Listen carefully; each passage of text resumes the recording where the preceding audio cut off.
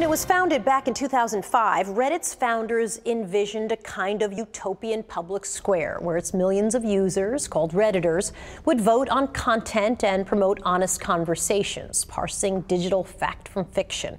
But Reddit has come under fire as a platform that facilitates the spread of extremist views and fake news. Journalist Andrew Marantz got a rare look inside the country's fourth most popular website, Reddit, in the upcoming issue of The New Yorker. It's nice to have you, Andrew. Thanks for having me. Is this specifically about Reddit, or is it, as I read it, if you will, forgive the horrible pun, to be really about social media, essentially, really about these platforms as a whole? Yeah, I think that's right. Reddit is a huge platform.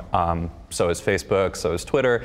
They all face essentially the same dilemma, which is we want to be open, we want to be, come one, come all, but that inevitably creates problems. You have harassment, you have hate speech, you have threats, and they're so used to saying laissez-faire, just let it all come out in the wash, that when things go bad, they don't really know how to handle it. Are we at a point where all of these platforms recognize like something is horribly awry, and even our users who like us are hating us for this? I think it's happening now. I think for so long their users were used to complaining about any infringement on free speech of any kind.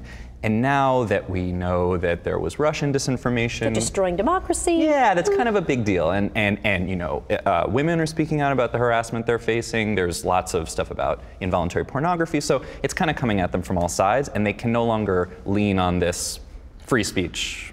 Also, as people, they don't want their legacy to be, we helped hate speech and armed revolutionaries take over the world. They want to live in a world that's basically stable and sane. Of course, the problem is that stability and sanity is in the eye of the beholder, and if you are a gatekeeper, as these companies are, you have tremendous responsibilities. So how do you navigate that, right? I mean, can you really control conspiracy theorists, or are they de facto crazy and extremists and they are not controllable?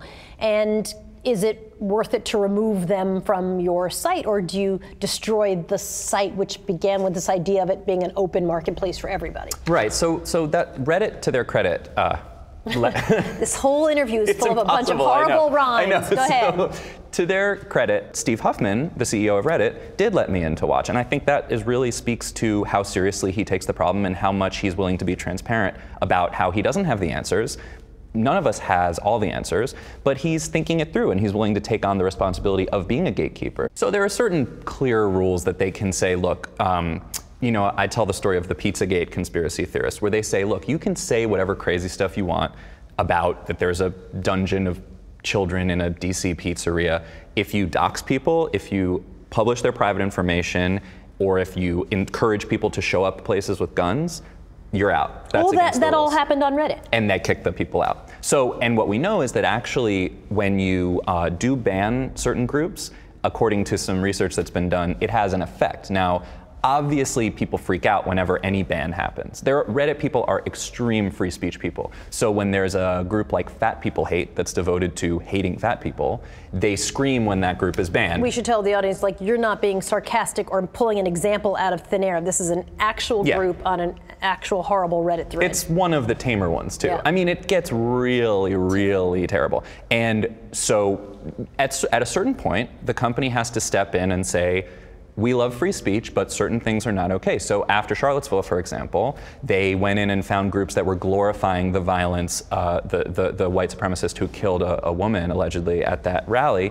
And they said, it's one thing to be a white nationalist, it's another thing to glorify killing people. That's against our rules. And in fact, they sort of huddled after that and revamped their rules against violence. And I was there on the day that they banned 109 subreddits that had Nazi stuff, that had glorification of violence.